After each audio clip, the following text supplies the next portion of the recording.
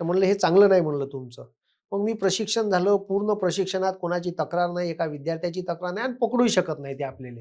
शासनाच्या सर्व नियम व अटीनुसार आपण हे केलं. त्याचा लेखी अहवाल दिला, विद्यार्थ्याच्या प्रतिक्रिया सुद्धा दिल्या. बरं. मग खोट्या तक्रारी केल्या माझ्या विरुद्ध. एका बी-जे-पी आय-टी सेलचा माणूस आहे हिंगणघाटचा वर्धा जिल्ह्यातला योगेश वानखेडे म्हणून. हं. आणि ते असेच काड्या करायचे धंदे आहेत. त्याला कोणीतरी सांगितलं असेल किंवा त्यानं केले असेल, तर त्याला टेंडर घ्यायचं आहे, तर जेव्हा प्रक्रिया निघते तर ओपन राहते. तू बी भर. बरोबर. अशा काड्या कायले करतं? त्यानं काय केलं, त्याच्या मित्राच्या 2 मित्राच्या नावानं हिंगणघाटच्या खोट्या तक्रारी दिल्या. हं.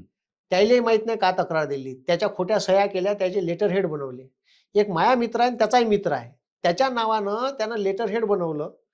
बरं. त्याला फोन केला का म्हणे, "मले बार्टीचं टेंडर भेटून राहिलं. 4 लोकं भेटली आहे मले. 5व्या माणसाची गरज आहे.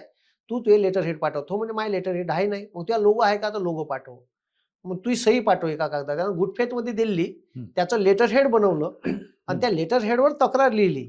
बरं. आणि ह्या 3-4ही तक्रारी कॉपी पेस्ट आहे. हं. विद्यार्थ्याची माती भडकवणाऱ्या वर्धेच्या फिनिक्स अकॅडमीचं ठीक आहे, शासकीय करार रद्द करण्याबाबत. बरं. एकाच तारखेला दिल्या. बरं 2 अलग-अलग संस्था याचा आणि याचा आवक-जावक नंबर सिक्वेन्सली कसा राहील?